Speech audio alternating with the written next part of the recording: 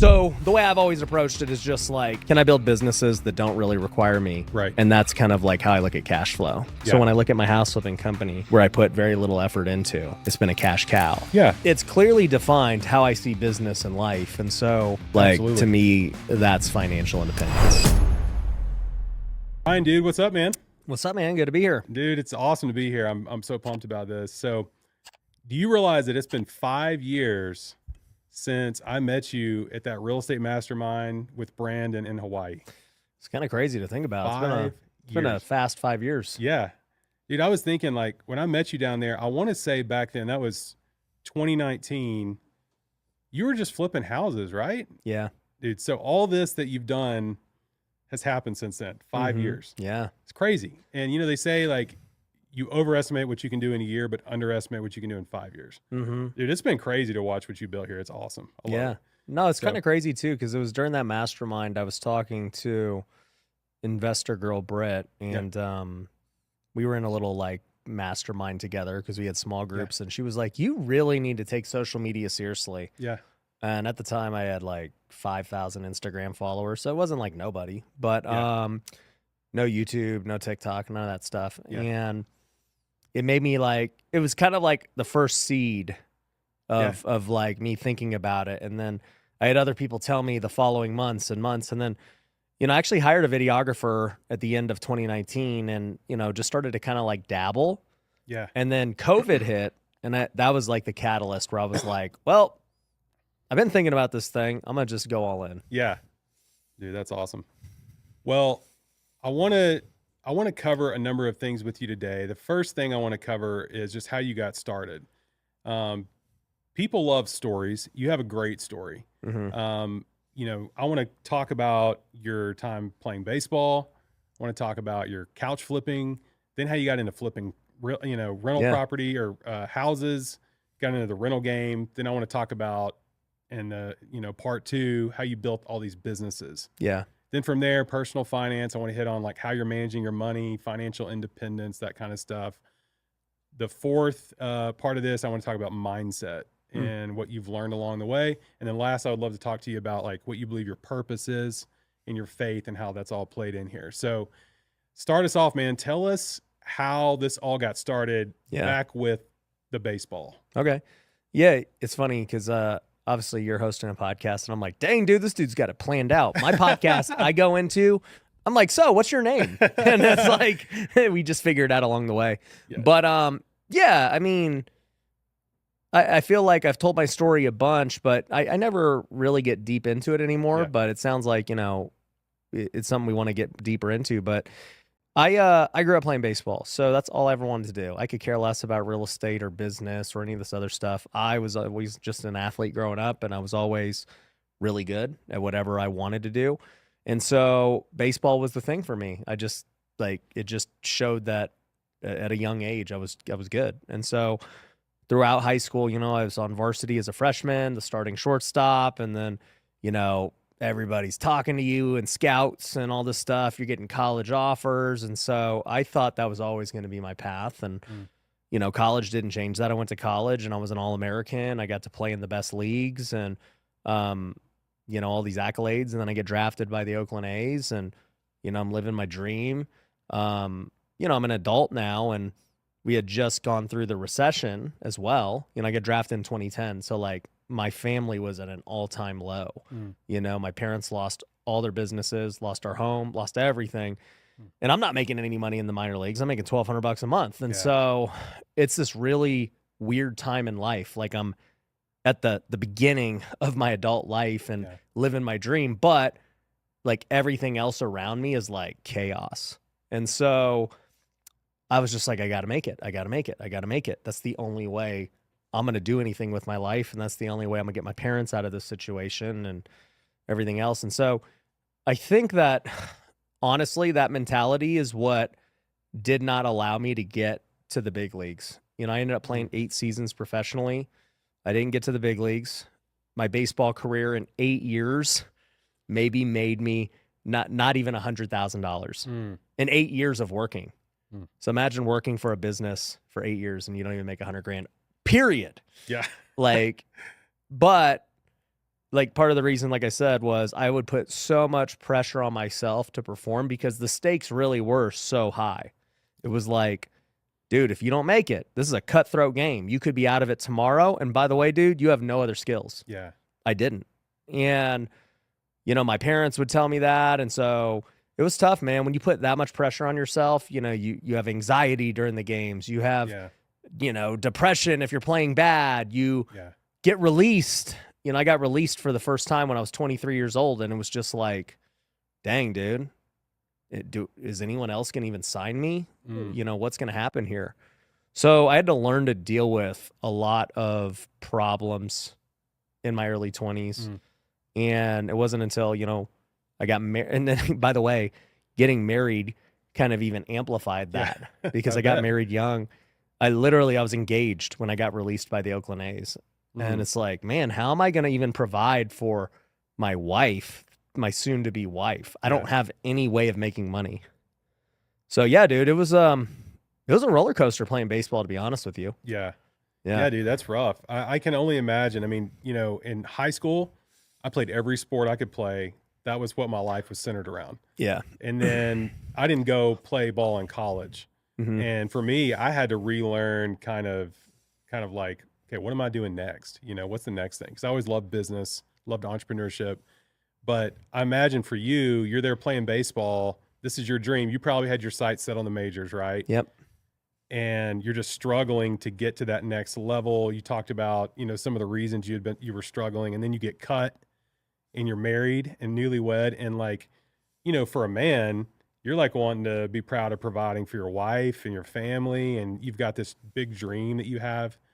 And then you get the news that you're cut and you have to like regroup. It's one of those moments. And I think that's why sports is so good for you. It teaches you how to lose and keep going. Yeah. You know what I mean? It toughens you up because it's like, everybody's going to lose. We're all going to lose. We got to figure out how to like regroup, figure it out, and keep moving. And, you know, like if you had kept playing baseball, I don't know if you would have built your businesses and done all this, you know? So I definitely wouldn't have. No. Yeah. Yeah. So I love that the struggle, that's a real struggle that people can relate with. Everybody deals with something like that in their life. So let's talk about the couch flipping thing. Yeah. Like, how'd you get into that? Well, you know, I'm married now and baseball's not looking too great. And so, you know, I get married and I furnish our apartment and we didn't have much money. It was literally all just the gifts from our wedding. Yeah. And so I bought $1,000 worth of furniture, filled the whole apartment, got great deals. And I just remember sitting there thinking, because at the time I was substitute teaching too. And I was making $100 a day substitute teaching. So like literally I would, you know, wake up, go to whatever school for that day needed a sub, go sit there for 6 hours and do nothing. And then like literally just contemplate my life. And then I would leave, go practice, go work out, do the things I got to do because I was still playing baseball. But it was during that 6 hours I was sitting there one day and I was like, dude, I got really good deals on like this furniture. I wonder if I could sell any of it. And it just like the idea just hit me. I was like, I'm going to try like buying another one. So I like it was just in the middle of the day while I was teaching these kids, teaching. And I found a couch and I was texting the guy and he's like, yeah, come pick it up. And I was like, I couldn't even pick it up for like another 4 hours till the shift was over. Yeah. And so I went and got it after the shift. And sure enough, I flipped it for like $200. And I was like, whoa, that was way easier than sitting here for like 12 hours for 2 days. And I was like, and this is actually going to stop me from getting deals because I'm not going to be able to move fast enough. Yeah. So I just quit substitute teaching and just went all in on flipping couches. Dude, I remember I did substitute teaching once and I was like, these people aren't paid enough. I mean, and in the middle of like a life transition, that's a crazy thing to be doing for like, what was it, $100? $100 a day. Not a lot of money. So you get a taste of the couch flipping thing. It works out for you. You're like, wow, I can flip a couch and make exponentially more than I can do doing this substitute thing. And it's fun, right? Yeah, it's easy. And so you just started flipping more, right? Yeah, I bought one. It worked. I literally, with one, I was like, this works. I'm all in. I got a storage unit. I bought a truck. Like, and I mean, look, this was early in my entrepreneurial career. This would be my first successful business. Yeah. And I was like all in. from Yeah. just a little taste of proof. Yeah. Like it was just clear to me that I had this belief. I'm like, dude, I could find a couch a day. This is not going to be hard. And you learn things along the way. Like I learned what couches to buy, what not to buy. I was buying appliances at the time. I learned to stop doing that. I learned how to get multiple storage units. I learned how to get power in the units. I learned how to clean the couches the easiest way. What to put, like I learned to do copywriting because I was writing these ads on Craigslist and figuring out what titles and SEO. I didn't even know it was called, but I was doing SEO just intuitively. Yeah. Because I was like, people are gonna search like couch, sofa, sectional, so I'd put it all in the title. So like I was learning all these business skills, not really knowing what I was doing. Yeah. I was creating great offers too, because I soon learned that everybody wanted free delivery. Like that was the catalyst. And so I started giving free delivery. And I learned to make lowball offers, which would later help me. Yeah. So yeah, it was kind of funny because I never had like training on how to run a business, but like I look back now and I'm like, bro, I was learning marketing, sales, copywriting, offers, all that. Yeah, I love it.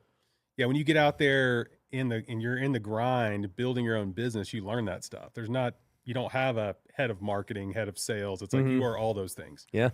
And so did you stop doing the substitute teaching or were you still doing that? Oh, bro, I stopped doing stuff. Like, dude, like I said, I was all in. I just was like, I'm out. All in. So how much did you make over the next 12 months flipping couches? Well, you got to remember, I was still gone 6 months out of the year playing baseball. You're still playing baseball at the same time. Yeah, so I would only flip couches 6 months out of the year. Okay. But yeah, I mean, I don't remember, like, it was like I made 1,000, then I made 2,000, which already was like more. I was like, 2,000, that's more than I make, period. And then 3,000, then like 6,000, and then I got to 8,000. I was like, holy crap, like literally we are rich. Yeah. That's what I thought. And how many couches is that? $8,000. Like, were you making like $100 a couch, $200 a couch? No, I was making like 200 a couch. 200 a couch. Yeah, that would just be like, what, 40 couches. It's not a lot. Nice. It's like a little over a couch a day. Yeah. That's some volume though, man. I mean, it really wasn't, dude. I mean, like I see kids now, they tell me about it all the time, that they flipped couches. And I've met, dude, I can't count how many people I met that make over 6 figures flipping couches. That's amazing. Yeah. I heard on your episode with Pat Flynn. Yeah. You're the godfather of couch flipping, right? If anybody tries to claim it, they're a liar. That's yours. Yeah.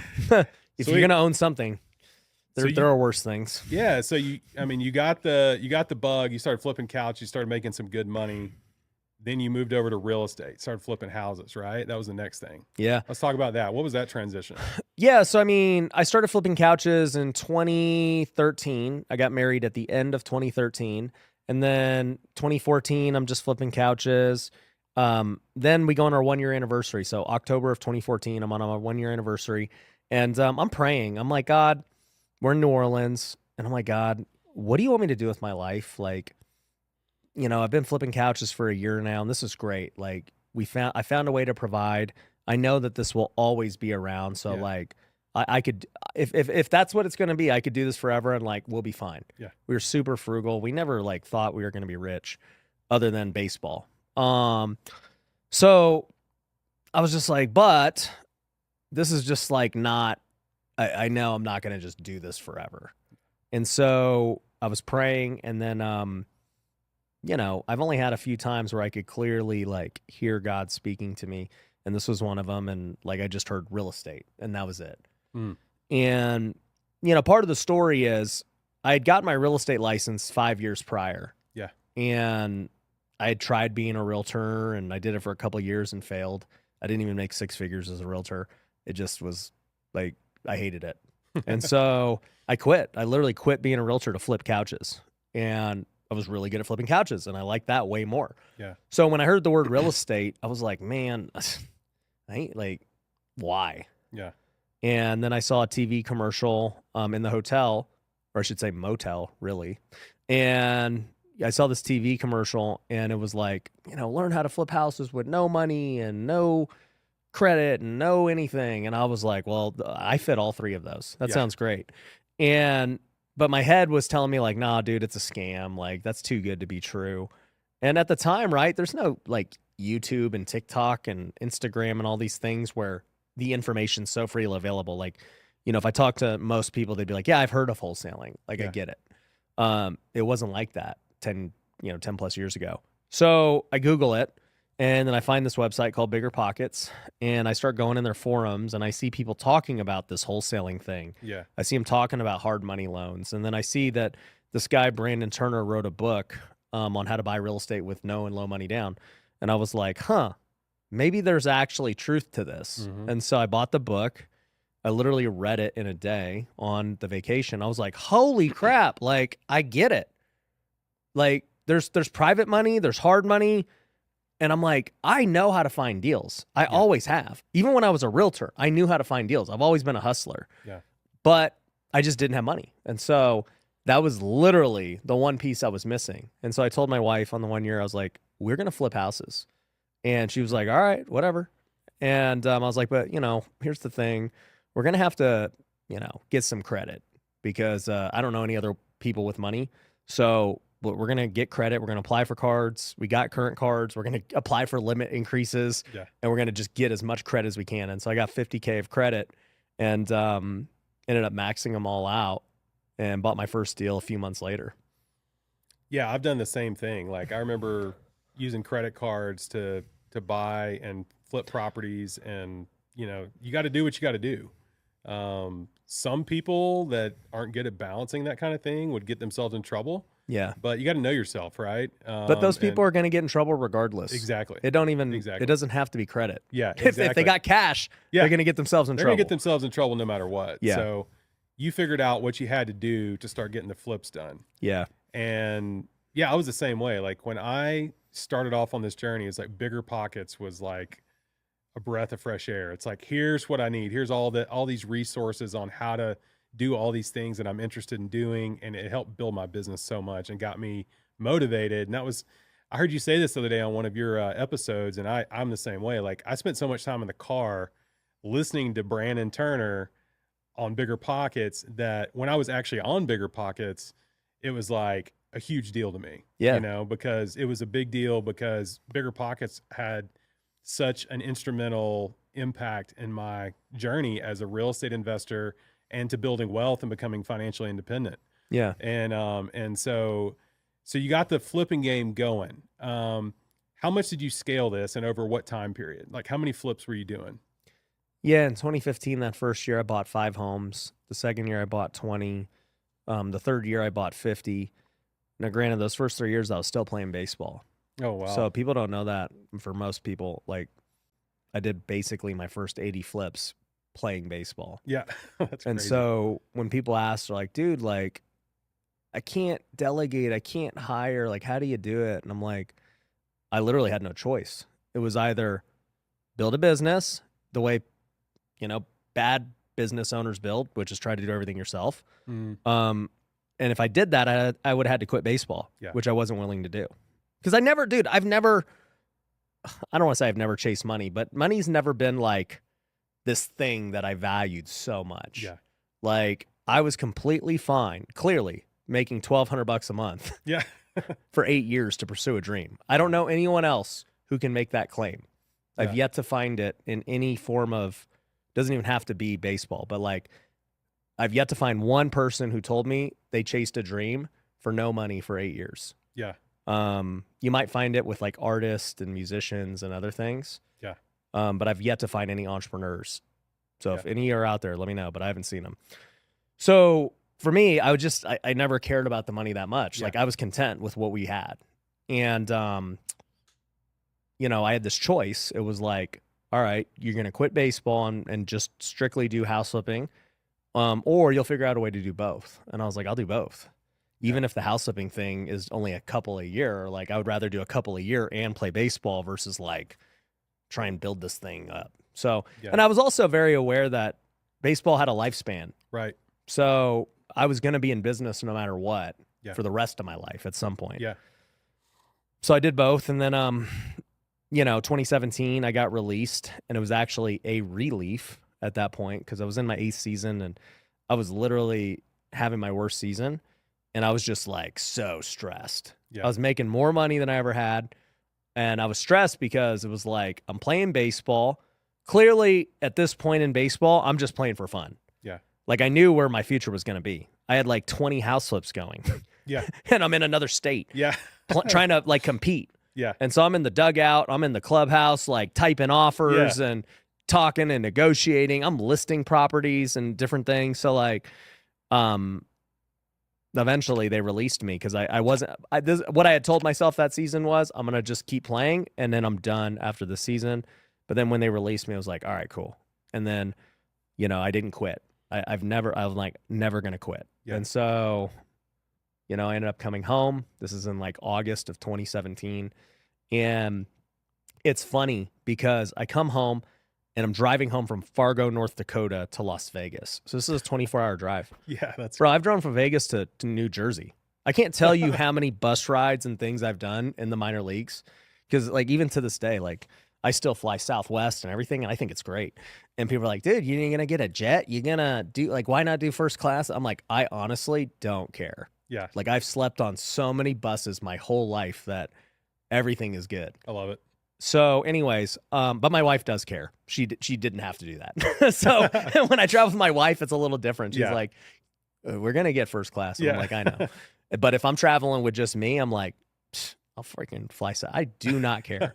So anyways, I'm driving back to Vegas and it literally dawns on me. I'm like, wow, this season of life is over. Mm-hmm. Like, I'm going to now be full-time in business for the first time ever. So I start getting excited actually that like this new season was starting. And I'm like, dude, if I was doing that with like half effort, what am I about to do? Like being really full-time at this. And so I was like, well, I guess I should start educating myself. Like I educated myself in real estate. Like now I need to educate myself in being a business owner. And so I literally just went to Apple Podcast and looked up like business. And the first podcast I see is this guy, Lewis Howes. And so I didn't know who he was or anything. And I just started listening to this guy's podcast. I'm like, oh, dude, this guy's cool. He used to be an athlete too. And now he's a business guy. And, this is really like this guy I could one day see myself being friends with. Little did I know, like we would become friends. But I listened to his podcast. He's interviewing athletes. He's interviewing business people. And I'm like, this is my kind of like thing. And then I see like a month later that Lewis Howes is coming to Vegas for like this business event. I'm like, oh, sick. So I go to my first ever business event, like at the end of 2017. It's here in Vegas. It's actually run by this guy named Keith Yackey, who was on my podcast like 6 months ago. Nice. And we were just laughing about this whole event. And, it was my first experience like as a business owner going to an event. And I remember the one thing I got from that event was somebody said, buy your domain name and buy your name as a domain right now. And I was like, whatever, like I'm nobody, but I'll buy it. And so I looked it up and somebody already owned it, but it was for sale for $900. And I was like, $900? That's a lot of money. I was like, but maybe one day I'll be famous. And so I bought it for $900. And then since then I've bought freaking domains I have a domain buying problem. I've spent it. No, I do. I've spent at least $50,000 on domains. Whoa, which one? Like a lot. Oh, $50,000 total. Yeah. What's the most expensive domain you bought? Wealthyway.com was like $8,000. I could see that one being expensive. Wealthyuniversity.com was like 10. Wealthyinvestor.com was like 10. Pineda Capital was like $4,000 or something. Yeah. So I mean, like they add up. But it's then I also Justin out there grabbing them all, and then I buy them all. Like it's my hobby. So I'm saying he's grabbing them before you. Oh yeah, he's flipping them to me. He's flipping them. Yeah. No, but I own over like 100 domains. Most are free. Nice. Most or whatever. I don't have to buy them. Yeah. So anyways, yeah, like my newest one, I bought Lead Kitchen. Nice. So that's our lead generation company for real estate investors. Sweet. I think I paid $3,500. Nice. Dude, I just love it. Yeah. So anyways, that was all I got from that event. So then 2018 hits and I'm like, all right, well, I'm full time at this. And it's funny because I went to my first event. It was 10X Growth Con. And a flipper in Vegas, his name's Nick, gave me second row tickets. He was like, I'll give you a $10,000 ticket if you come with me. And then, we just mastermind together every morning and we mentor each other and all this stuff. I'm like, sounds good to me. So I go to this event and I'm like, I had seen this guy Cardone for, on like Bigger Pockets and stuff. I'm like, he's pretty cool. And then like I go to this event, dude, And I kid you not, like this event, this dude walks out like on fire, like the fire just coming out. And I'm like, what the heck is going on here? Like, I thought this is a business event. This guy's walking out to literal fire. And then I see all these guys come out on stage who I'd never heard before in my life. Cause I come from like the normal world, right, where celebrities are like athletes and actors and whatever. Right. And so, I see these guys like Ed Milet and Ty Lopez and Russell Brunson and, literally all these guys. And everybody's going nuts. And I'm in the second row, like, what the heck? Who are these people? yeah, And they're like, Ty, let's go, man. And I'm like, dude, this is the weirdest group of people ever. And so every single one of them would tell their story and make a pitch. And at the time, I had never bought education or anything. So I bought Russell Brunson's thing. That was the first thing I ever bought because it was such a good pitch. And I was like, dude, I want to buy it. I don't know why. I don't even know what I'm getting, but I want to buy it because that was just that. I want to know how he made me feel that way. yeah. So I bought it. And then I was in buying spree. Then Ty Lopez pitched something. I was like, I'll buy that too. And then sure enough, I got to understand this world in which these guys were a part of. And I remember sitting there, this was in the Mandalay Bay, and I'm like, dude, all those guys were average dudes. Like, no shade on any of them, but none of them had any kind of resume that I had to that point. I'm like, these guys ain't anything special. They're not like smarter than everyone. They weren't pro athletes. Like literally, there was nothing special about any of them. And I was like, dude, if they could get there, this cannot be that hard. Yeah. And and then I looked even at the event and I was like, one day I'm going to throw an event like this and I'm going to be the guy on that stage. That's just where my mentality went. And so, I come back home. Well, I mean, it was in Vegas, so I just literally went home, literally. And I was like fired up. I'm like, bro, and this is just my athlete mentality. I'm like, I'm just going to do what these guys did. Yeah. They've told me how to do it. Yeah, they just showed you. Yeah, I'm like, it was not hard. So literally, I wrote my first book 2 months later. Nice. Flip Your Future. It still sells today. Because Russell Brunson talked about how you're an expert. And at the time, I was like, I don't want to be a guru. Like, I just don't. Yeah. But I wrote it. I made a course. I did everything within months of going to that conference. And funny story, I know we're talking about real estate investing. We'll talk about education later, but I literally sold one course in a year. So how much were you selling it for? $2,000. $2,000. Because Russell said, like, you were just going to print money making courses. Right. And like, I didn't print any money. Yeah. So I was like, this is not worth my time. Like, I'll flip houses. Like, I'll make way more. So, anyways, that year, 2018, was my first full year as an entrepreneur. I flipped 150 homes, made $2 million. I started my education company, which at the time was called Future Flipper. It was huge. We sold one course. What else did I do? I started Forever Home Realty, my brokerage, which later evolved into over 200 agents. So those were what started that year, and then every year thereafter, we would do 7 figures, and that led into COVID and the Maui Mastermind and all that stuff. But it's kind of interesting even thinking about the Maui Mastermind in hindsight. I was really like less than 2 years into being a full-time entrepreneur. In my mind, I was still like identifying myself as an athlete. And interesting. It was just like entrepreneurship and business was still like this game to me. Yeah. Yeah, it was an interesting point in my journey as well. Like, I had just gotten enough traction to start connecting with people and met Brandon and got invited down there to that. But when I got there, I was like, we got guys here like AJ Osborne doing these this massive portfolio, doing these insane deals. And I'm like, man, I'm just doing like the Burr strategy on, 20. I had like $4 million portfolio at that point. Yeah. And I was like looking around and I'm like, man, I feel like, how am I here right now? You know what I mean? Yeah. So, but that was,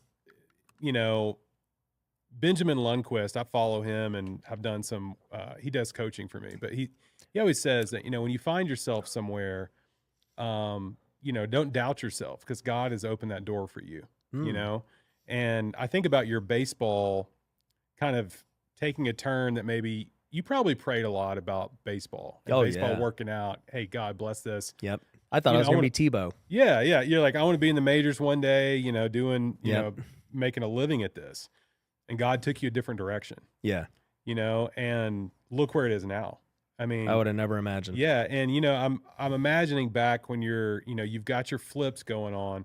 Dude, I bet you were a popular guy in the dugout because, you know, I know these guys. I was rich. These guys that are starving to death. Oh, yeah. Playing baseball, and they're like, hey, Ryan's over here flipping 30 houses. Well, bro, they thought I was rich when I was flipping couches. Right. I'm serious. Like, I would tell them, like, dude, I'm flipping couches, making this much. They're like, what? Yeah, I'm going to do that when I get back. I was like, bro, it's so easy. When you're making $1,200, flipping couches is a major upgrade. Bro, I was killing it. Yeah. You get the call and you know the baseball thing's over, so you're like, now I can go all in on this business thing. Ironically, I was so bored with business, even as things were growing. I started coaching high school baseball. Oh, did you? Sweet. Yeah, I coached 2 years in high school baseball, so I would leave the office every day. So this is like what people don't get. When I tell them, I'm like, hey, I leave the office at 5. I actually have done it like even more extreme. 2017, 2018, I coached high school baseball because I just was like, I missed the game and I just really loved giving back. And so I walked our old office used to be across the street from a high school. It's called Spring Valley. And I literally just walked over there and I was like, hey, this is my track record. I've played 8 seasons and I want to coach for you guys. And it's free. Like, you don't have to do anything. I just want to give back. He's like, really? Yeah. And I was like, yeah. And he's like, well, you got to go through like all this background check and all this bull crap. It's going to take a long time. Yeah. I was like, freaking just tell me what to do. I'll just do it. Yeah. And I got it done in like 2 weeks. And he was like, that's the fastest I've ever seen anyone get it done. And I'm like, why are people the way they are? Yeah. Like it just, things don't even register in my head why people take so long to do anything. Yeah. So anyways, I coached high school baseball for 2 years. So I would leave the office every day at about 2:00 because practice was every day at 2. Actually, I would leave at like 1. Yeah. So my point with all this is like, if you have, you can do a lot more than you think. Yeah. Yeah. You definitely can, especially if you're focused, right? And you're driven. Yeah. There's one thing I want to hit on before we move on to all the businesses you've built and what you're currently doing. How are you flipping 150 houses a year? What was your system? Were you doing all this by yourself? Like you're finding the leads? You're like, did you build a team out or was that all you doing everything? How are you funding all these? Man. I mean, look, I look back at everything now with hindsight and I'm like, first it was like, I just thought I was really skilled. And then I look back and I'm like, dude, like clearly God had his hand on everything to allow me to meet the right people at the right moment, to have the discernment to say yes to some things and no to other things. And there's definitely favor on everything, and even to this point. But what I'll say is early on, I did everything myself. So I was literally the project manager, the listing agent, the guy finding the deals, the guy raising the money. And that's what I did for maybe the first couple of years. And then I hired one guy, and I said, you start checking on the flips. You list the flips. And so I took off the 2 pieces that I hated. And I just only focused on deals. And so I did 50 deals with just one guy and played baseball. So then that 2018, when I decided to go full-time in business, I was like, all right, like, let's hire people. Let's do this like big. So I hired cold callers like in the States. I hired like 6 of them. I hired a dispo person. I hired an appointment guy and listing agent, project manager. Yeah, so like the team was like 7, 8 people. And I didn't really have a job. It was just to oversee everything. Yeah. So, they were all the ones getting deals. Eventually what I was doing at that point was relationships. So wholesalers. I was still doing the MLS deals. Eventually later that year, I passed off my MLS like searches and everything else. I taught someone else to do it. And so he started doing all my MLS deals. And then eventually the next year, I think I probably passed off all my wholesaler relationships, all my lender relationships. And I said, you start, funding the deals and getting them squared away with the lenders. You start maintaining these relationships with wholesalers and realtors. Like, I don't want to have to be responsible for any one thing. Yeah.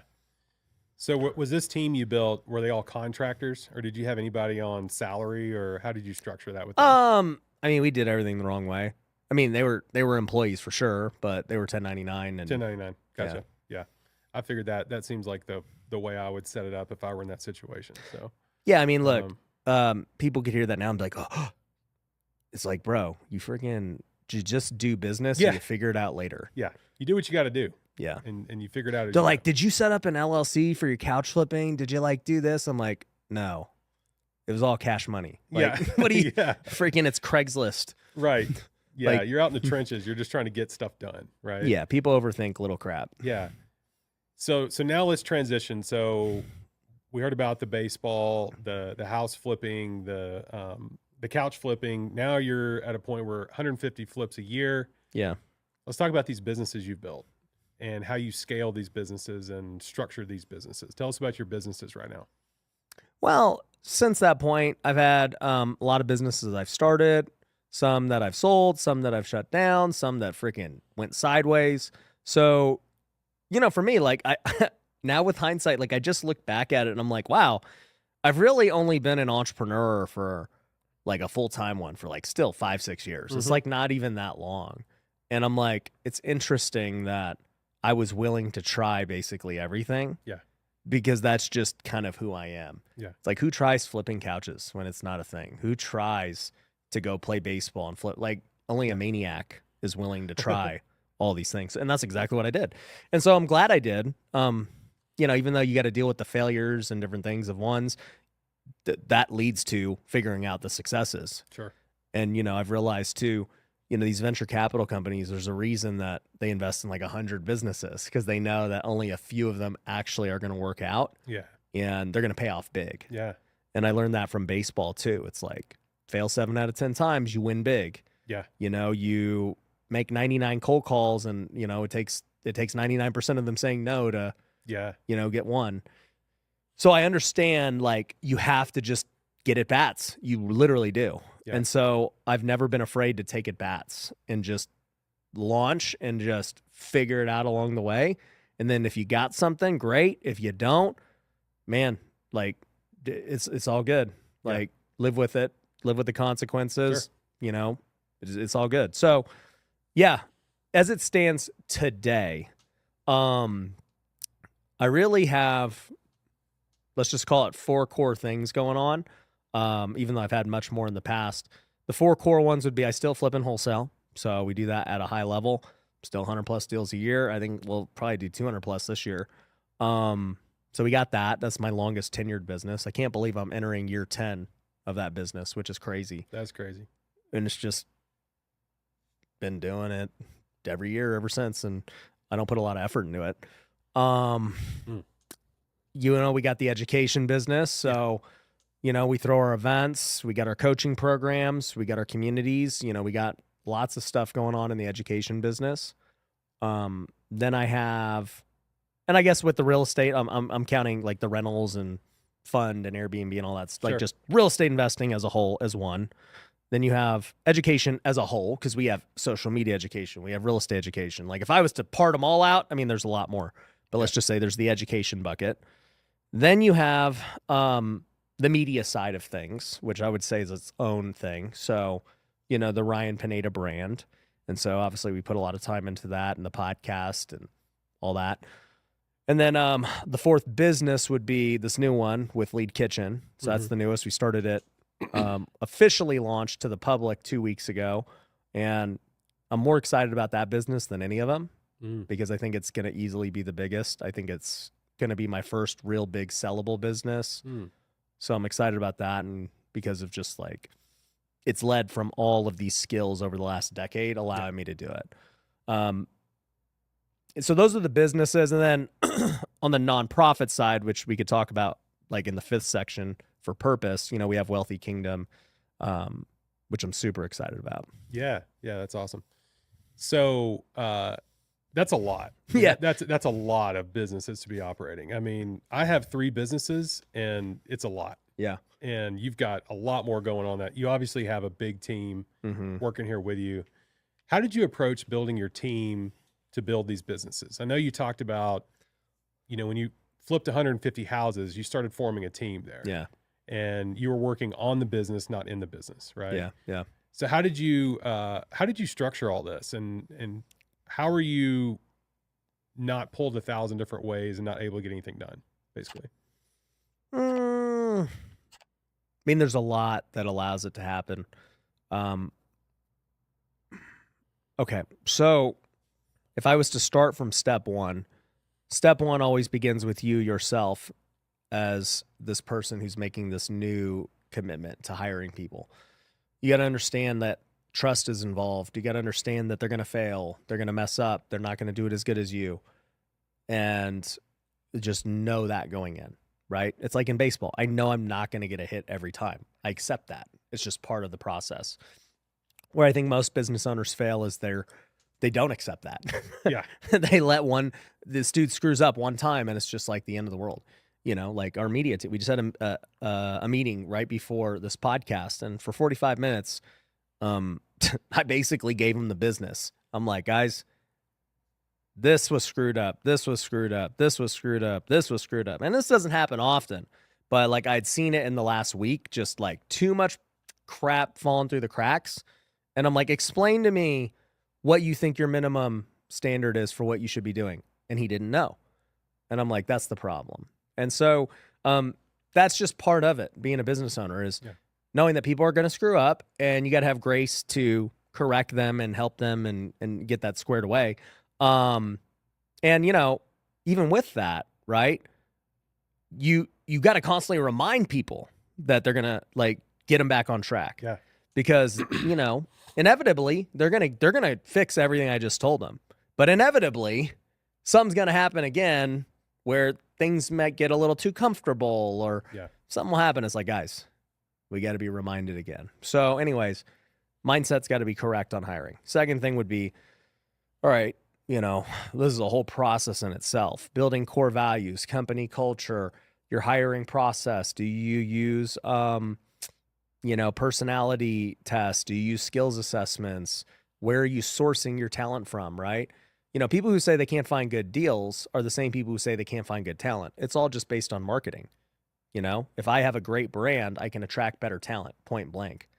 And then understanding that people work for two different reasons, a financial paycheck and an emotional paycheck. And so if you have no emotional thing with your company and, you know, people don't feel appreciated or people don't understand the mission, then you're going to have to overpay financially to get them there, to keep them there. Right. And so I always use this example for people. I'm like, dude, why do you think in sports you see like these big name guys go play for a team at a discount? The emotional paycheck. They want to win a championship. They're like, bro, I want to be a part of something bigger. I will take a discount to go win the championship. And so, you know, that's because that team built a great company. They built a great culture. And so it's like, if I can do the same, you can get better talent for cheaper prices because they're getting rewarded in other ways. Yeah. That doesn't mean that we don't pay people well. We do. We still pay them fair market. Yeah. But I don't have to overpay for people, right? Like I've had people like, dude, yeah, like this is what it's going to cost to get me. And I'll be like, it's all good. Go get it from someone else. Yeah.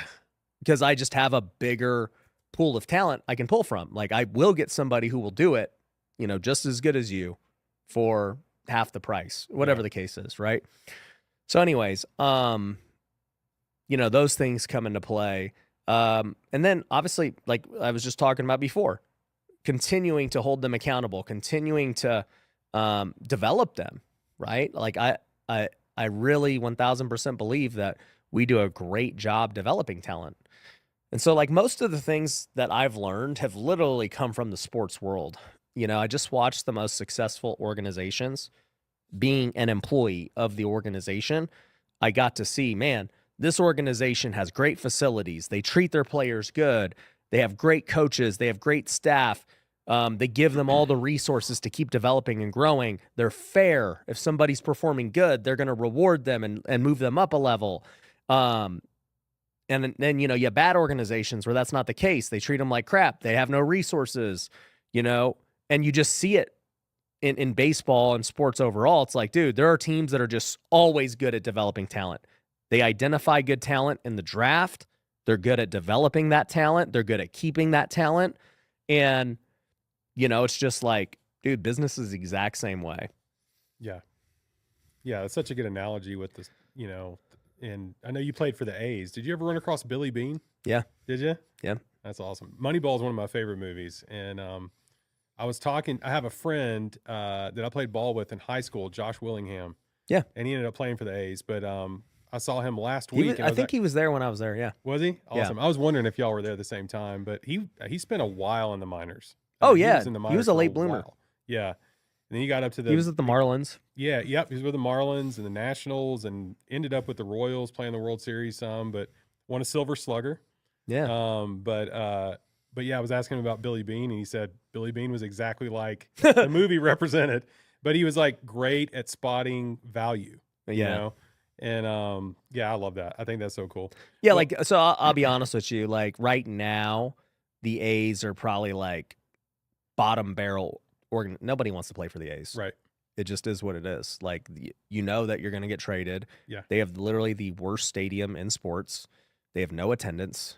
Their fans hate them now. Just like the movie. Their owner sucks. Like, it just, everything about it sucks. Yeah. And so why Billy Bean gets cast good is because he's like, despite having such terrible resources, Right. he found ways to still win. Right. Right. Yeah. But hopefully moving to Las Vegas changes things. Like, so obviously I am super grateful for the A's drafting me, and I'm super grateful that they're moving to Vegas. Maybe one day I'll own them. You never know. Dude, that'd be awesome. That would be full circle. That would be the irony of ironies right there. But I can tell you, if I did ever own them, I would do the exact same things I'm talking about in business. I would treat the players, everything way different than the way that they've been run the last 15 years. That's cool, man. Yeah. That's really cool. So identify your first hire when you're going to build the business, get the right person in the door, then empower them to do their job.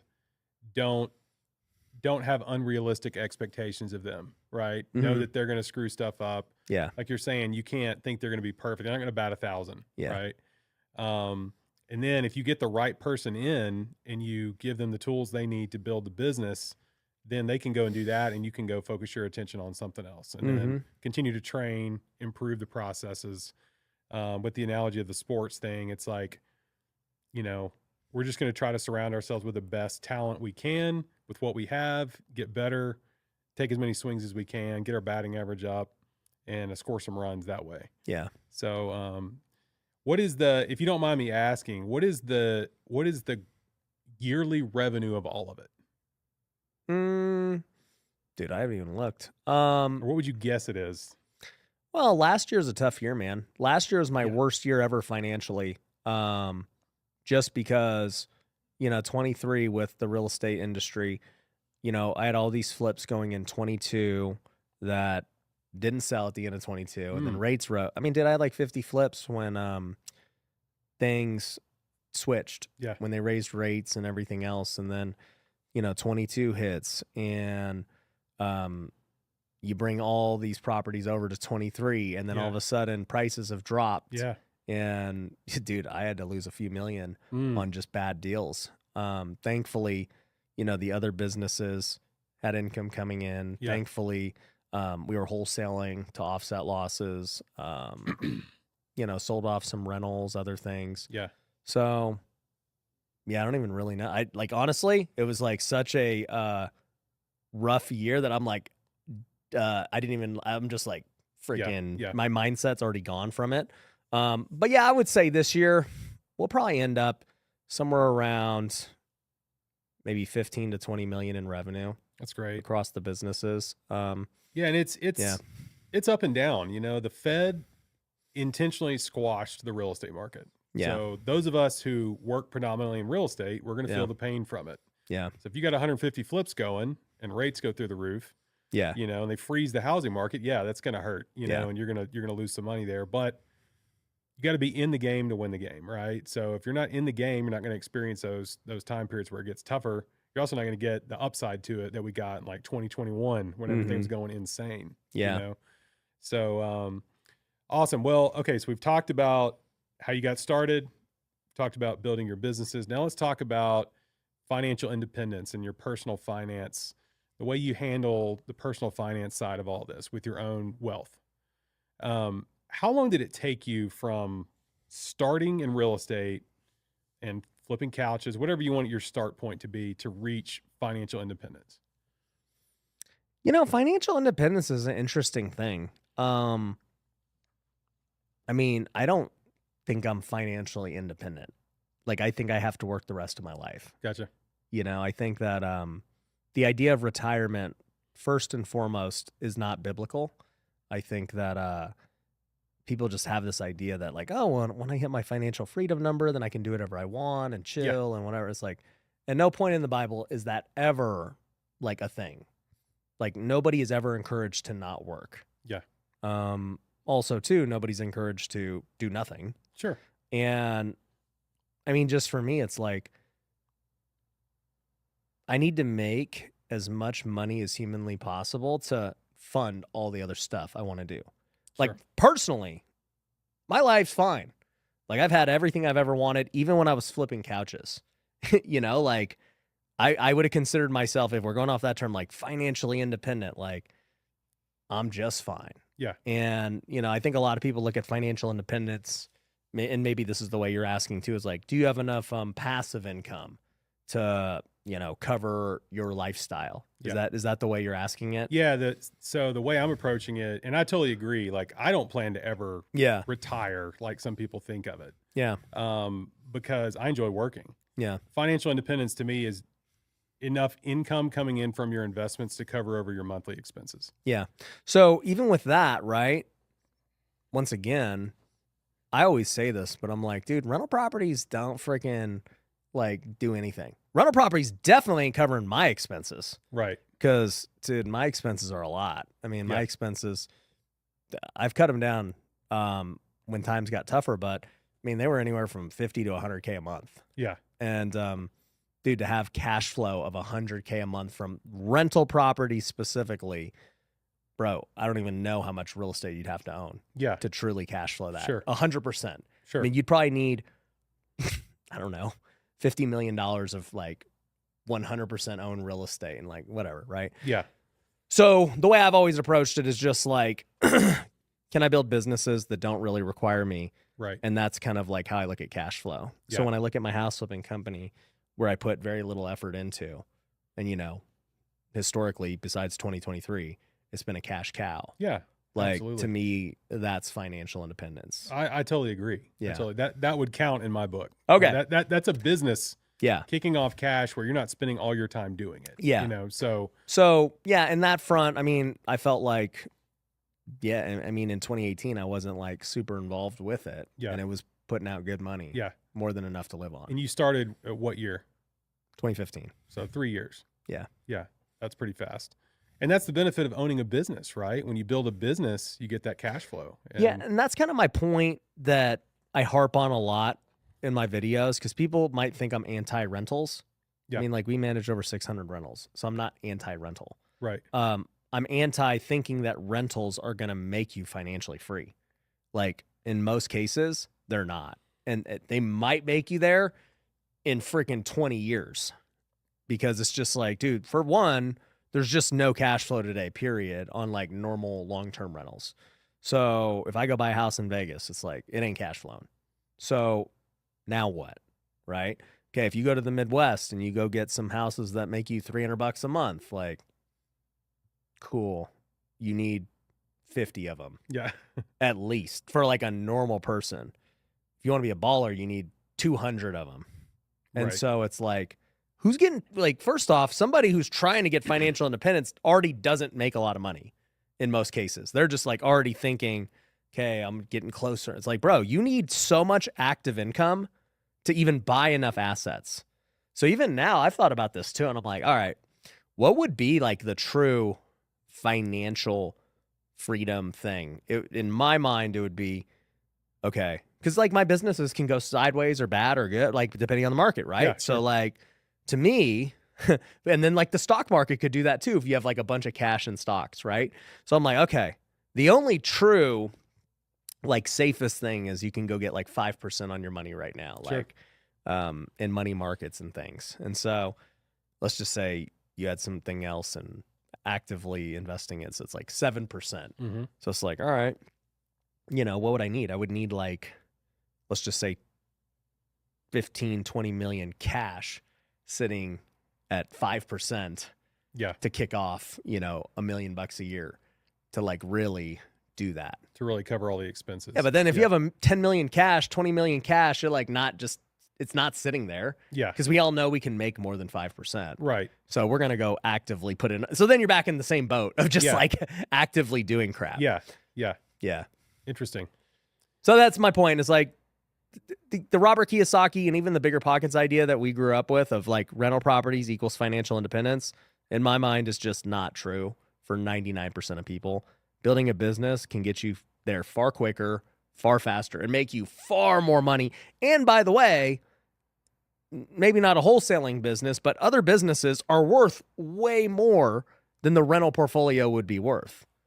Yeah, I think the point you're making is that rental properties are one of the slowest ways. They are the slowest way. Comparing them to building a business or flipping or like we built up a rental portfolio using the BRRRR strategy. Yeah.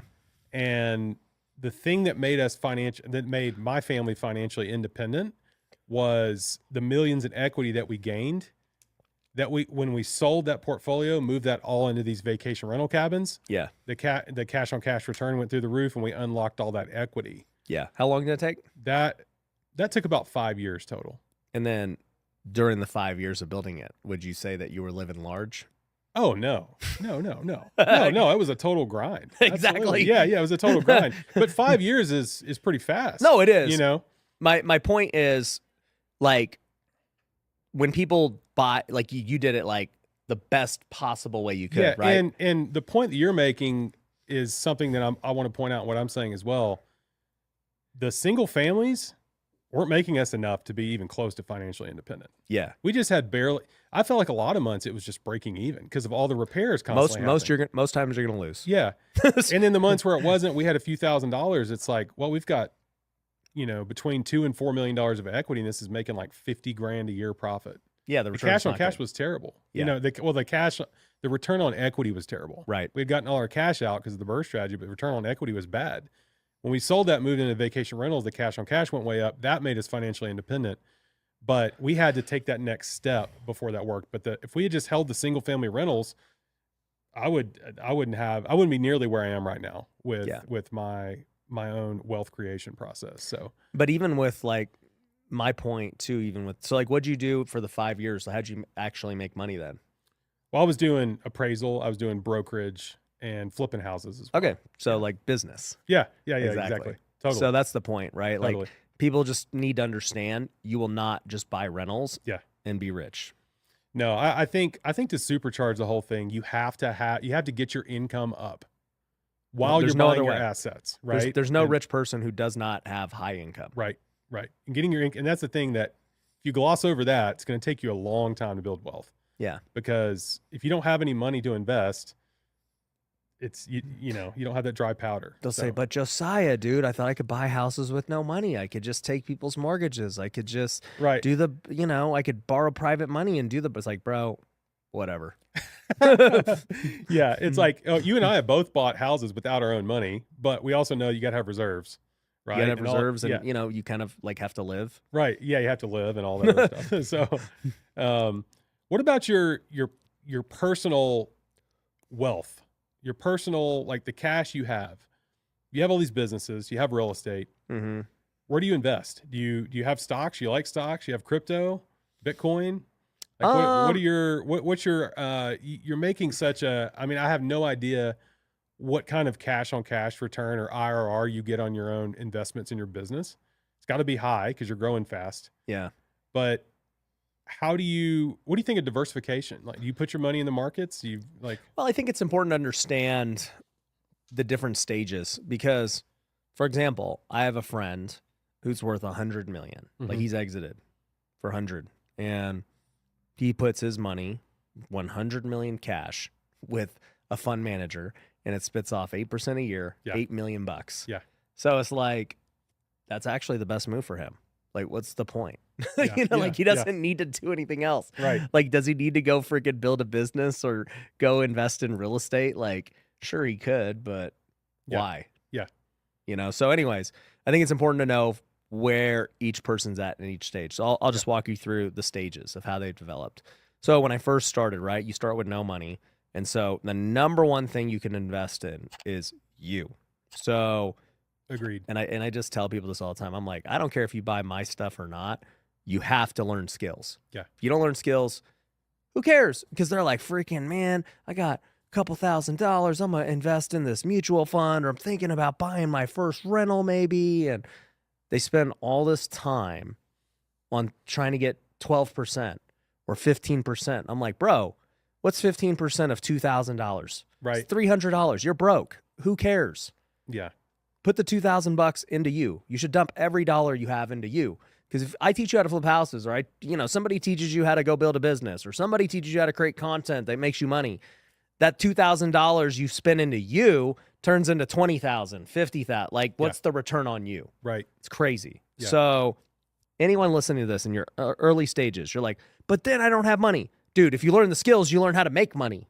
You don't need to quit investing your money in trying to make other people make you money. Yeah. That's the problem. Like, you have to make money yourself. That's the only way to get rich. Other people make you money once you are rich. That's the difference. So all these private money guys I try to get to fund my deals, they're already rich. So I make them money because I'm doing all the work. Yeah. But that's because I have skills. But, when you're starting out, you got to get skills. Okay, so now what happens? Once you have skills, you literally invest every dollar you have in whatever that one skill is. So maybe you are a stock trader. Maybe you are in real estate. Maybe you're just a normal business owner. I get business owners all the time who are like, bro, I made a couple $100,000 this year, and I want to put it in real estate. And I literally tell them, and this is not even good for me, but I'm like, why? And they're like, well, I got extra cash. This is what I should do. I'm like, why are you not putting that back into your business? If this business is already doing good and made you a couple $100,000, let's make $1 million. Like, you could give me your $200,000, and I'm not going to deny it if you really want to. Okay. But like, why wouldn't you just put it back into the business? Because that's going to make you way more money than a real estate investment or stocks or whatever. That industry. You've clearly built something. Throw some rocket fuel on it. So I think whatever it is that's making you money, you need to triple down on it and invest back into it, not other stuff. So then once you're now like tripling down and you're making, okay. And so let me relate this back to myself. I learned how to flip houses. Every dollar I get is reinvested into the next house flip. That's how I went from 5 to 20 to 50. I was literally taking every dollar back into more flips. So then, I started raising private money, and I don't personally have to put up all the money anymore because I was literally maxing out credit cards, my own cash. I didn't have any private lenders for a long time. So then I'm like, oh, well, now I do have excess cash. What do I do with this? So I start buying rentals. And so I didn't buy rentals for at least my first 50, 60, 70 deals because I was just investing back into my business. Flipping was my business. So then I started buying rentals. I bought my first Airbnb in 2017, way before Airbnb was cool. Yeah. In vacation towns. Like, I saw an opportunity and I'm like, this sounds good. So, I started investing money into rentals. So then I started investing into hiring more people. I started investing into other things like computers and other crap that you don't think you need when you're building a business. And you're like, crap, man, this dude don't even have a computer. Like, we got to get headsets. We got to get, all this stuff. This new position is going to cost us $100,000 a year. Where's that coming from? So, I invested in rentals. I, reinvested in my business.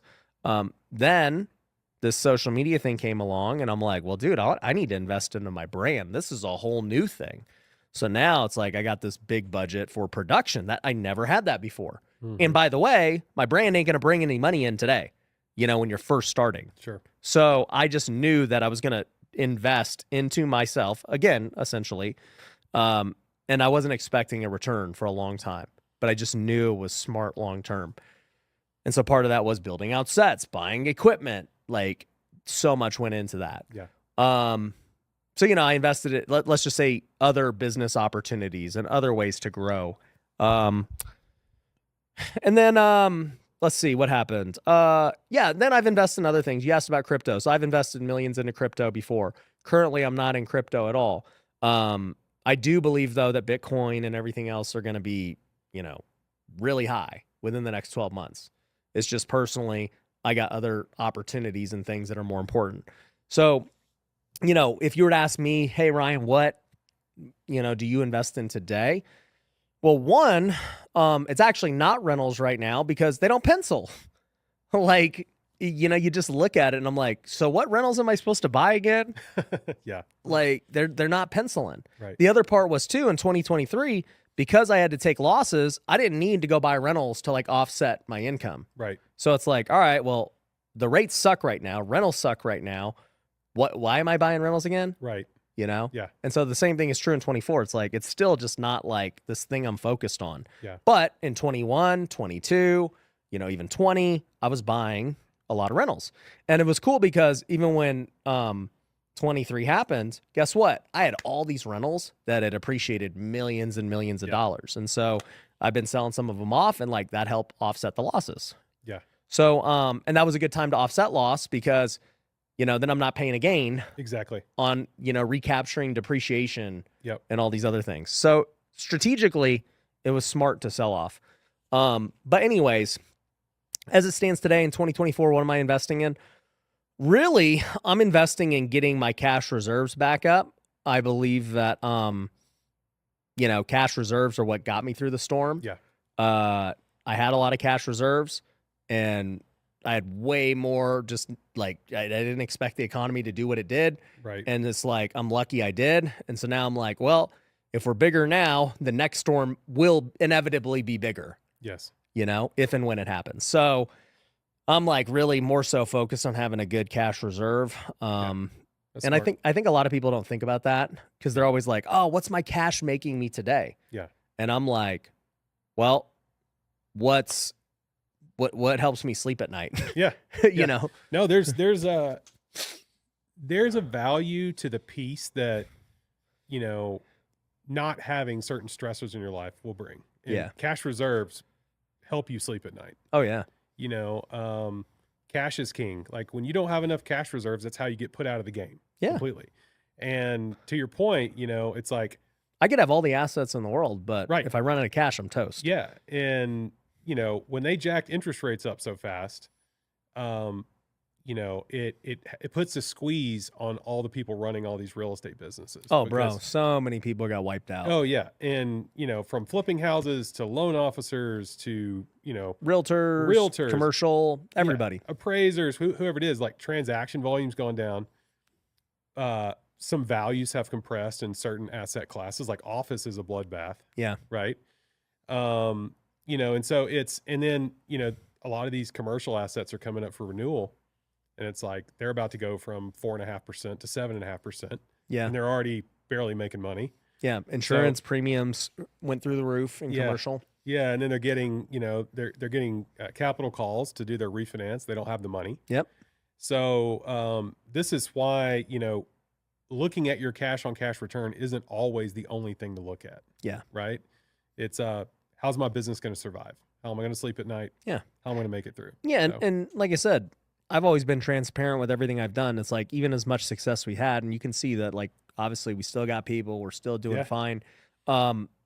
It was really the last, call it almost 2 years where I've just been in like, you know what? It's wartime. Yeah. This is not like, this is not expand time. This is grind time. Yeah. You got to cut out the crap that doesn't make sense. You've got to double down on the things that do. You got to test and try new things to figure out where the future is going to be. And so I spent a lot of money testing, especially in marketing. Yeah. You also asked like where money goes to. It's like, dude, every wealth con, it costs like $500,000 to throw it. So you have to like front a lot of stuff. And then there's Crazy. marketing and there's other Yeah. things. So it's like, there's a lot. And then, I still flip. So, there's money Yeah. in flips. Yeah. It's yeah. everywhere. Dude, by the way, I really enjoyed WealthCon. It was awesome. Thank you. Yeah. Yeah. I really enjoyed it. I cannot imagine how much goes into planning and all the logistics of that. Yeah. So The team kills it. yeah, that was awesome. Okay, well that's, and it is a war. I mean, right now it's a war running your business in this environment. 1000%. It is Anyone tells you differently, they're lying. Yeah, they are 100%. So let's transition next into the mindset that you've developed to build all these businesses, to deal with like the war that you're dealing with, Right. running your businesses. How have you developed mental toughness, and have you used coaches, courses, books, just figuring it out as you go? Like, what's your process for just developing yourself mentally to do all this? I think it's, once again, it's kind of like personal finance. It comes in stages. Mhm. And so I think when you're broke and you're just getting started, like for me, I was watching content, I was listening to podcasts, reading books, all that stuff. I find myself doing that way less frequently today. Yeah. From there, I bought mentorships. I Yeah. got into masterminds. I did all that stuff. Today, I actually find myself doing that less. Yeah. Today, what I find myself doing, because of the platform I've built, is like I just have so many relationships now with literally the best in the world. Yeah. And so like whenever I do encounter whatever problem or decision I'm making, I can just text them. Yeah. And like I get the instant feedback. Mm. And it was like things I used to have to pay for, I no longer do. And I've used this example a lot because it just made such a big impact on me. But it was like a couple of months ago, I had Russell Brunson in here. It's like, dude, I bought this guy's thing back in 2018, and like, he had hit me up and he was like, bro, like, I want to actually see what you're doing on social media. I want to learn from you. And I was like, bro, come through. Let's film a pod and like, let's just hang. And he's like, all right. And so it was funny. Like, I'll never forget this. He's like, I was like, so how long do you have? Like, when's your flight? All that. And he's like, I have as long as you'll give me. I'm like, as long as I'll give you? You mean like, I was like, bro, if you're going to be, I'll be here all day. Yeah. 9 to 5. Yeah. We'll knock out He's like, all right, cool.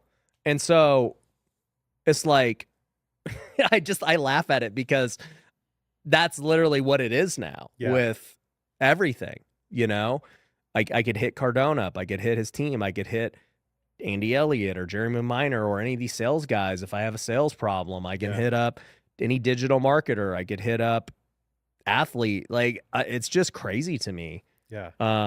Where things are at now. So I think like at some point you evolve past, if you're lucky, very few will, but like you go into now like the peer stage where you learn from peers because you're at that level with them. Yeah. Yeah. I love that. I think, the concept of being a product of the 5 people you spend the most time with, just surrounding yourself with those people that are going to sharpen you, make you better. Yeah. And you've built this incredible group of peers that you're learning from. You can take your problems to, bounce things off of. Yeah. I can only imagine the number of like resources people like Grant Cardone have with just like, it's not really fair. I mean, it's just like, and what's interesting about it? And so, I should also put like pastors and other things into that bucket. But like, I still do pay for education and stuff, but it's not for me. So like, I'll send my guys off to like a COO training. Like my COO's in COO coaching. Yeah. The media guys will be like, dude, we kind of want to do this thing. I'll be like, all right, go. So like now I'm like giving them what they need because I myself can go get what I need with different people. Yeah. So it's this whole new thing, but what would you tell someone that is back in the stage where you were playing baseball and they're wanting to develop mental toughness and build their own business? What would you tell them to do? How would you advise them to better themselves and prepare themselves to grow like this? I mean, dude, honestly, this is going to sound harsh, but they need to just quit being soft and do it. I mean, like, too many people I meet, I'll be like, hey, this is what you should do. And they'll be like, but that maybe after I get past this thing in my life or that thing in my life. And I'm like, bro, never mind. I'm serious. It just, I can already tell you're soft and there's nothing else I can say to you that will not make you soft. And so you just got to make a choice to be a man and not be soft. And so It's like, dude, when I wanted to flip houses, it wasn't this thing of like, well, you know, I play baseball and I just got married and, you know, this couch flipping thing is, I just started it. Maybe I should just, it's like, no, bro, like, I'm going to flip houses. Yeah. I'm going to go apply for the credit card right now. Like, Yeah. oh, bro, I want to coach your high school team. What do I got to do? Okay, I'm going to go fill it out right now. Yeah. Like, the most successful people I know are right now kind of people. Yeah, for sure.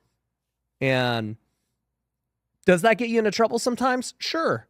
But the results are way more, there's way more pros than cons Yes. to being a right now kind of guy. Yeah.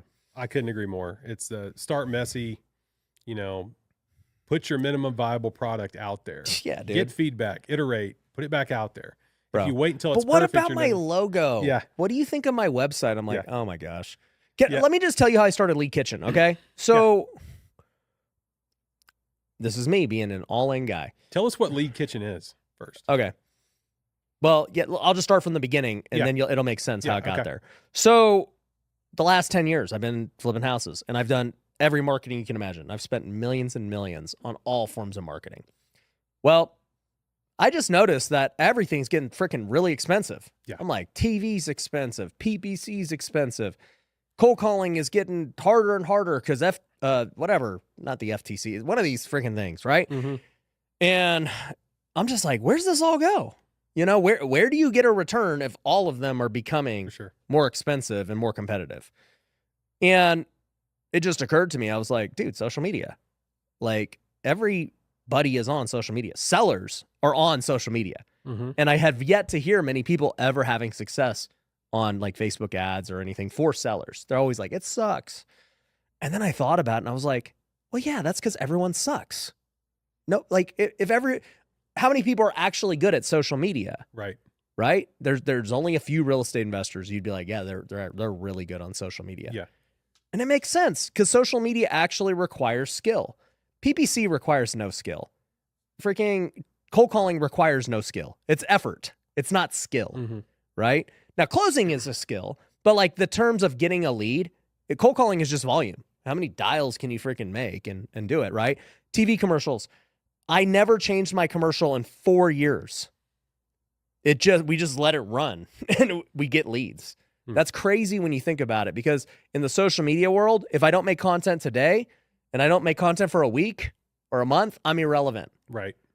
And my ads, I have to constantly change my ads every week. I'm filming ads every week to keep my cost per lead down. And so like when I thought about it, I was like, that's why they don't succeed. They just don't even understand what's necessary to be successful. And so I go, social media is not the problem. It's just everyone sucks. So let me try doing it myself because I know what to do. I've already spent millions running ads for WealthCon, running ads for everything, millions in organic content. Like if anyone's going to do it, it's going to be me. So in January, I start running ads and I start out just going nationwide. And dude, I'm getting like inbound leads for $20. And I'm like, this is crazy. So we're locking up all these deals. And then I soon find out that like we can't sell them, even though they look like great deals, because they're just in rural areas that freaking there are no buyers at. So I waste 2 months doing that and all this money. You ask where my money goes. I freaking waste it trying things. So then R&D. it really Yeah, is. It yeah. really was. Yeah. And so then I said, hey, let me go to tier 2 markets. For some reason, it didn't even think in my mind to do Vegas because I just got so pissed at how costly Vegas leads were getting Yeah. with these other sources. So anyways, you know, I go and I do tier 2 markets. So I'm in San Antonio. I'm in Kansas City. I'm in, you know, all these other places. And I'm getting leads for like $60, $70. And I'm like, dang, this is cheap. I mean, I was paying $500 plus a lead for Vegas. And these, you know, these are not like small markets like the rural problems I was having before. So anyways, you know, we lock up deals again over the phone. We're selling some, but we're still having similar problems being virtual. You know, one, we just don't know the market. Like it looks like a good deal to us, but apparently, you know, in Vegas, people are good at like 80% of ARV. In San Antonio and other spots, so I don't want to use San Antonio, but in other spots, it's like 50% is where they got to be. I'm like, dude, how big of a discount do these guys want? But that's their market. Right. You know, 3, because we never go on appointments because they're virtual, like sellers and have more fallout. They're less trusting, even though you have a contract. So there's just like all these problems. So then I'm like, okay, we know the marketing works everywhere. Let's like go back to Vegas, where we know for sure, like we can go on appointments, we know the values, we can close deals. So we went back to Vegas, and then sure enough, deal. And I'm like, man, okay, cool. So all we do is social media now. And the cost per lead is significantly cheaper. You know, it's like right now, 120 to 150 bucks, whereas before it'd be 500 to 800. You know, they're inbound leads. They want to sell. Wow. So then anyways, I'm telling all my students this over this like 5-month period of like R&D. Mm-hmm. And I'm like, and I'm just sharing with them every week, like the results. And finally, as they were getting there, they're like, dude, can you like do that in my market? And first it was, can you teach me? And I was like, not really, because there's just too much. Yeah. You'd have to learn this whole new skill set that's taken me years. And I have a massive team of editors, videographers, copywriters, media buyers. Like, you just don't have it. It doesn't make sense. Especially if you're going to go spend $5,000 a month. Like, it makes no sense. Right. So they're like, well, then can you just run it for us? And I was like, I never considered that. But how many of you would want me to run it for you? Mm-hmm. And all these hands raised. I was like, anytime I've ever started a business is because I hear about demand. Yeah. And most of my things I start were problems I solve for myself. Mm-hmm. Like, I started a tax company because I couldn't find good tax. I sold it. I started social media for me because nobody was doing it. I had to build out my own team. There wasn't agencies yet. I started this for this very reason, right? So anyways, I go do a beta test with these guys. And I said, here's the deal. You're going to pay a retainer, but the retainer is going to be applied towards a profit split. So all I really want at the end of the day is 20% of the deal. We'll run my face, my ads, my marketing, everything. You don't have to do anything. My team will run them all in your market. You just tell us how much you want to spend. We'll run the ads. So, you know, we started running ads, and they were spending $5,000, $10,000 a month just as a beta test. And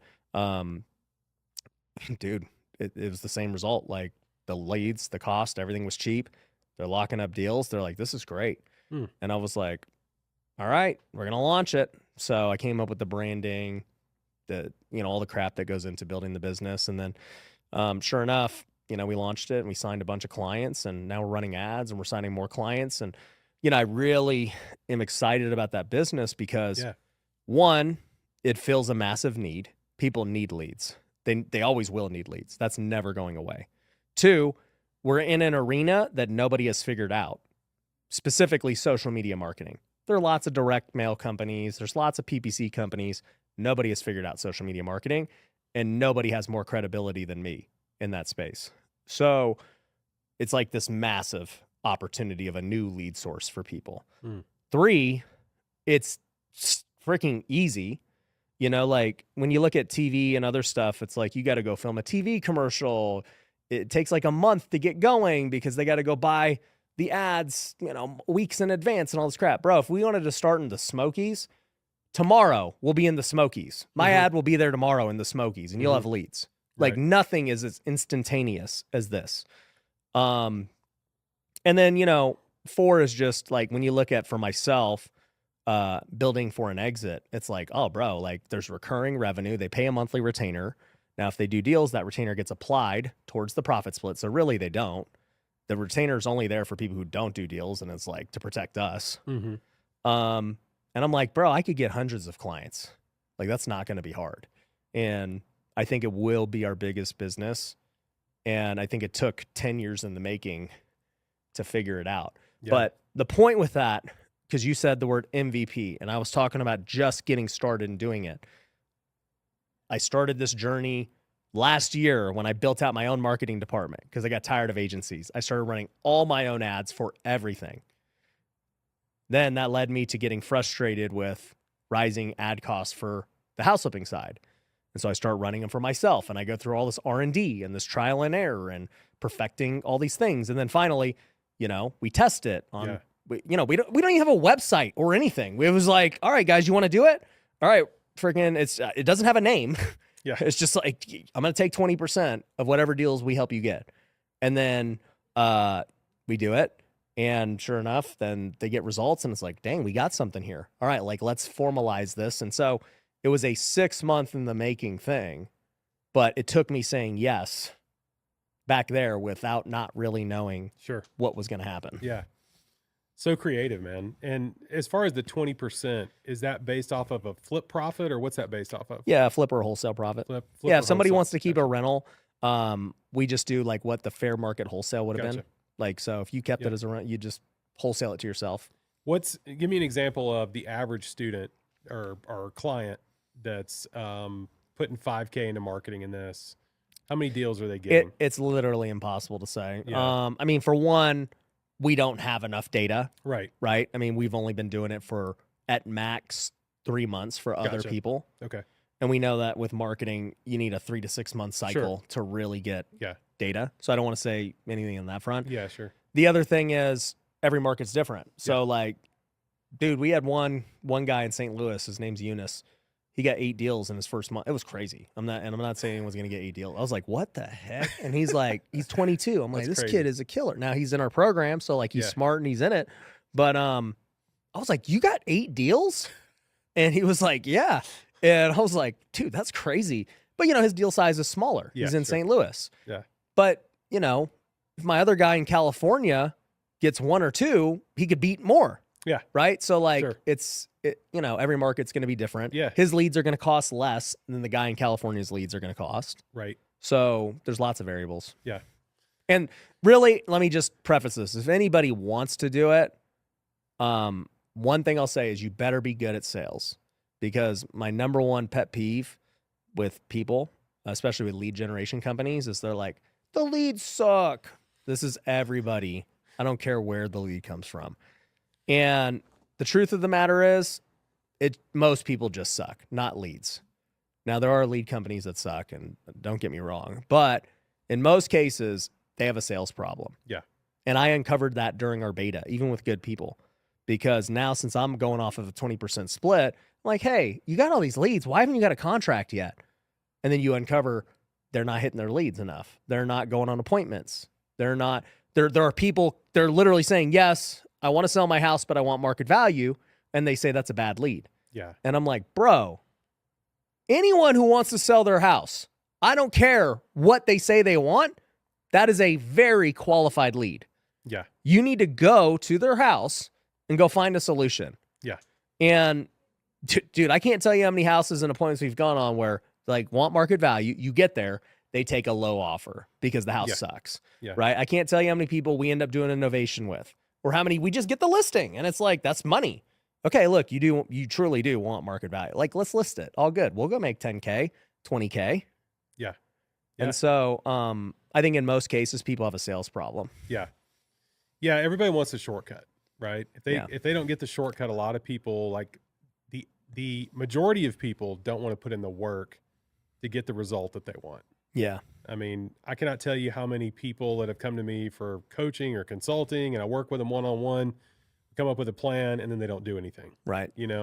It's like the people that are actually out there making progress, building wealth, building assets, asset portfolio, they're actually out there doing stuff. Yeah. Making mistakes, they're active, right? You got to get active or else you're not going to get the results you want. Yeah. Let's talk about your faith and your belief system that has, and how that shaped everything you're doing with your businesses and your life. Yeah, I mean, I grew up as a Christian. My parents, I always went to church. I was in Sunday school. I got baptized when I was 18. I don't have a crazy testimony about rebelling and going nuts. I was always very like, hey, this is what I want to do. I want to try and do things the right way to the best of my abilities. And, that's why we got married young. And even since then, right? Like my wife and I, Mindy, have always tried to put God first in our marriage and in the business and how I operate. And so, it's clearly defined how I see business and life. And so, in my book, The Wealthy Way, I talk about this, and I'm like, dude, I work from 9 to 5. That's when I work, Monday to Friday. And then Saturdays and Sundays, I don't work. And they're like, did you really build it that way? And I'm like, yeah, I don't know what else to tell you. And actually, I've probably built it working less, because I was playing baseball and I was coaching baseball and, all these things. I golf a lot now. So it's like, one day I do want to look, and we'll see where all this leads one day. Maybe I'll sell Lead Kitchen for like $100 million. And then I'll be like, you could go look at my stories and see what I was doing every day. Yeah. We'll see. But my point is, faith is what defined that, because I knew I wanted to put my family and God first. And so I understand. I love to work. Okay. People don't know, like, I love to work. It is a sacrifice for me to not work. Right. But I love my family and I love God more. And so, I want to get home. I want to have dinner every night. I want to put my kids to bed. I want to be there for them. I want to hang out with my wife. I want to do all these things. And then before work, I want to still do all these other things. I want to spend time with God. I want to work out. I want to play golf. So I get all this stuff done every single day. The first part of the day is for me. So I wake up at 5:30, spend an hour with God, spend an hour working out, go hit some golf balls, and then I get to the office. Then from 9 to 5, my wife, no one bothers me. I'm just here working. I'm going to be present. I'm going to do everything possible to just do whatever's going to make us the most money. Literally. That's how I look at it. I'm like, what's the highest ROI of my time? I'm here to work. I'm not here to go mess around and talk to people and just waste time. I'm here to go make money. When I get home, I'm here to be with my family. And then, on the weekends, it's literally just family time and God time. We go to church on Sunday. We swim. We go, I don't even know what we do. We just hang out, So anyways, that's just how I've designed my life around faith. And, even with the company, as I've grown more bold in my faith the last couple of years, like, I really felt the calling from the Holy Spirit to be even more bold. And it happened at a wealth con about almost 2 years ago, where this girl asked me, she was like, Ryan, because I was always bold on social media, but it like went to a whole new level in the last couple of years. And this girl asked me, she was like, Ryan, I really look up to you as an entrepreneur who, is bold in their faith. But I have a question for you. Who do you look up to? And I was like, like as an entrepreneur? I was like, because I look up to like a lot of pastors and everything else, but I was like, I can't say there's one person that like on social media, which she was asking me, that I would look up to. There's a lot of great Christian business owners. People just don't know them. But I was like, yeah, I can't say that I actually know of one that I would look up to and say, man, dude, the way they do it on social media, the way they do it in their business, the way they care about their family, like they're checking the boxes, and I really look up to them. I could not name one. And it was at that point, God was like, exactly. And it became clear. And like the saying now that kind of defines our ministry with Wealthy Kingdom is like, he told me, he said, if not you, then who? And I was like, wow. Yeah, if I don't do this, then who is? And so it just became clear that I was going to have to step up even more in faith. And so it went beyond just talking about God and mentioning him in a podcast. It went beyond just like, yeah, everyone at the office knows I'm Christian. Yeah, we have our Bible study every Wednesday, and like anyone can go.